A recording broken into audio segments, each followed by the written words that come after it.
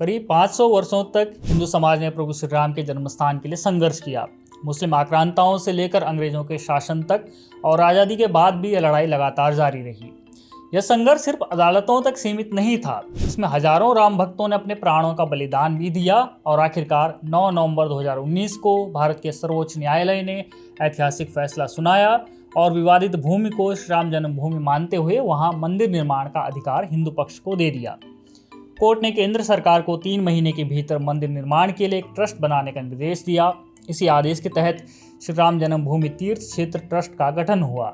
यहीं से शुरू हुई श्री राम मंदिर के नए अध्याय की कहानी। महंत नृत्य गोपाल दास इस ट्रस्ट के अध्यक्ष बने। चंपत राय महासचिव, स्वामी गोविंद गिरी कोषाध्यक्ष और नृपेंद्र मिश्रा को निर्माण समिति की जिम्मेदारी सौंपी गई। ये समझना जरूरी है कि ट्रस्ट का गठन भले ही केंद्र सरकार ने किया हो, लेकिन इसका संचालन सरकार नहीं करती। ये एक स्वतंत्र संस्था है जिसमें केंद्र और राज्य के केवल एक प्रतिनिधि शामिल हैं, यानी मंदिर के निर्माण और प्रबंधन की पूरी जवाबदेही इसी ट्रस्ट की थी। इसी ट्रस्ट ने प्रभु श्री राम के मंदिर निर्माण के लिए 15 जनवरी 2021 को मकर संक्रांति के दिन से श्री राम मंदिर समर्पण निधि अभियान शुरू किया। ये सदियों के संघर्ष, करोड़ों लोगों की आस्था और पूरे समाज की भावनाओं से जुड़ा एक राष्ट्रीय संकल्प था। भारत समेत विश्व के कोने कोने से हिंदू समाज ने अपने आराध्य के लिए अपने खजाने खोल दिए। ये अभियान 44 दिन तक चला और 27 फरवरी 2021 को वसंत पंचमी के दिन बंद होने तक इससे करीब 2500 करोड़ रुपए से अधिक का दान जमा हुआ। मंदिर का मूल डिजाइन वही रखा गया जो 1990 में प्रसिद्ध मंदिर वास्तुकार चंद्रकांत सोमपुरा और उनके परिवार द्वारा तैयार किया गया था। बाद में चंद्रकांत सोमपुरा के पुत्रों ने इसे आधुनिक आवश्यकताओं के अनुसार संशोधित किया। डिजाइन पूरी तरह उत्तर भारतीय नागर शैली पर आधारित रखा गया। सोचिए, उस समय राम जन्मभूमि की जमीन को मापने की भी अनुमति नहीं थी। ऐसे में चंद्रकांत सोमपुरा ने फीता नहीं बल्कि अपने कदमों से पूरी जमीन का अंदाजा लगाया।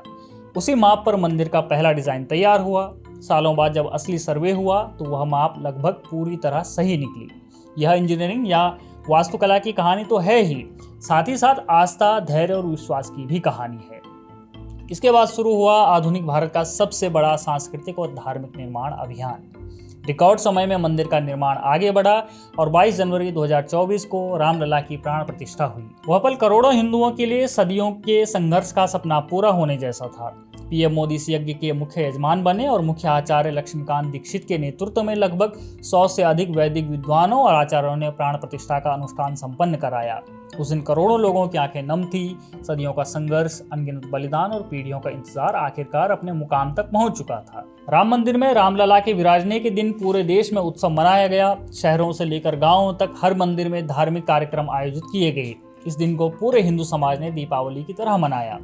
प्राण प्रतिष्ठा के बाद मंदिरों को भक्तों के दर्शन के लिए खोल दिया गया।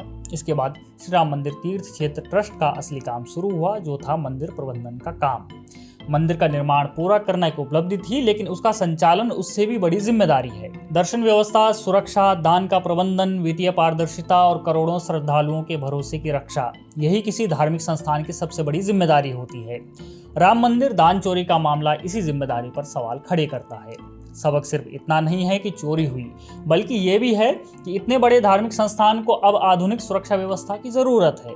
जहां करोड़ों रुपए का दान और सोना आता हो, वहां सिर्फ भरोसे नहीं बल्कि मजबूत प्रोटोकॉल, सीसीटीवी निगरानी और पारदर्शी सिस्टम से काम चलता है।